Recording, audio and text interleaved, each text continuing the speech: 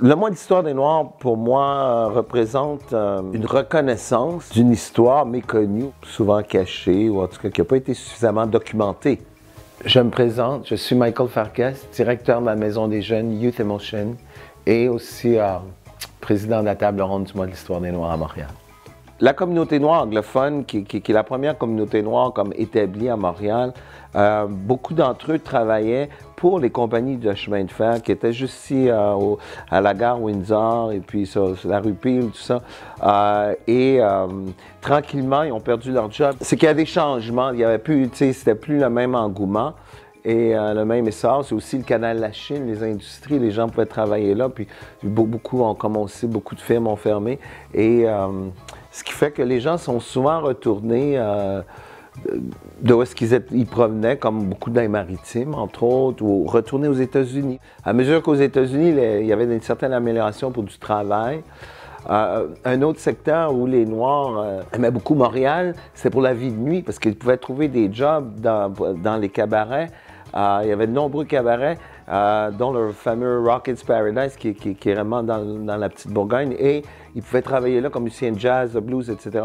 Mais c'est surtout, je crois, le fait que le Ville-Marie Expressway est arrivé, que c'est ça qui a causé beaucoup l'effritement de ce quartier, du tissu social comme on le connaissait avant. En 86, Jean Doré est arrivé comme maire de Montréal et s'est rapproché beaucoup des communautés culturelles. Ça fait que jusqu'en 92, on a lobbyé pour reconnaître qu'il y aurait un mois d'histoire des Noirs. Puis en 92, ça a été instauré. Et encore une fois, les organismes noirs anglophones et les personnes, les leaders de la communauté noire anglophone qui ont réellement travaillé pour dire non, ça prend ça, puis regardons ce que ça vient des États-Unis, mais on a besoin d'éduquer, de sensibiliser les gens parce qu'ils ne connaissent pas les Noirs, ils ne connaissent pas la cause, l'histoire, etc.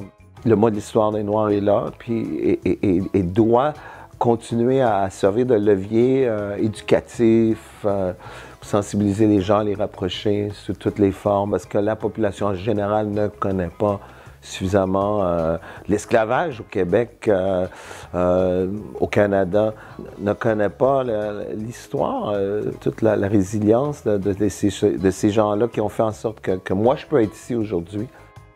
Mes origines viennent du Nouveau-Brunswick, moi. C'est que je viens réellement de la longue lignée de ce qu'on appelle les loyalistes qui sont venus comme esclaves.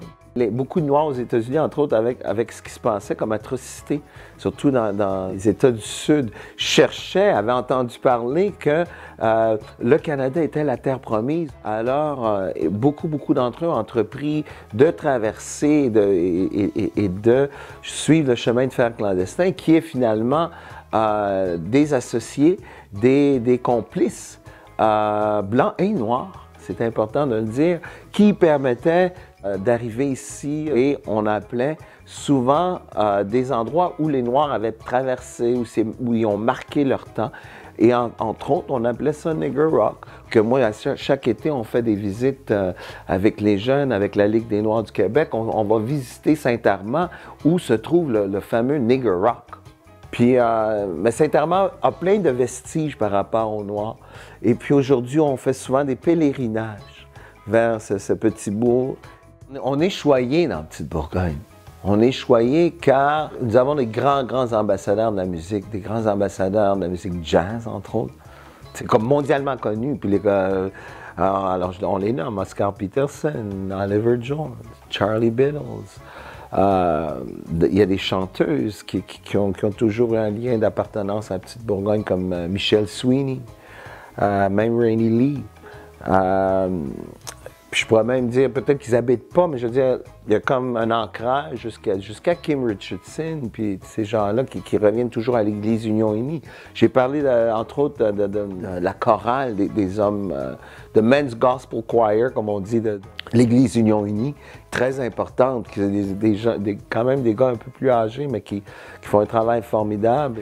Les voix d'émancipation, pour la petite Bourgogne, c'est naturellement ces gens-là, tout d'abord, et certains activistes aussi, certaines personnes qui ont œuvré soit au défunt Negro Community Center, qui n'existe plus, Le révérend Charles S. de l'Église Union Unie, c'est de réécrire un peu l'histoire oubliée.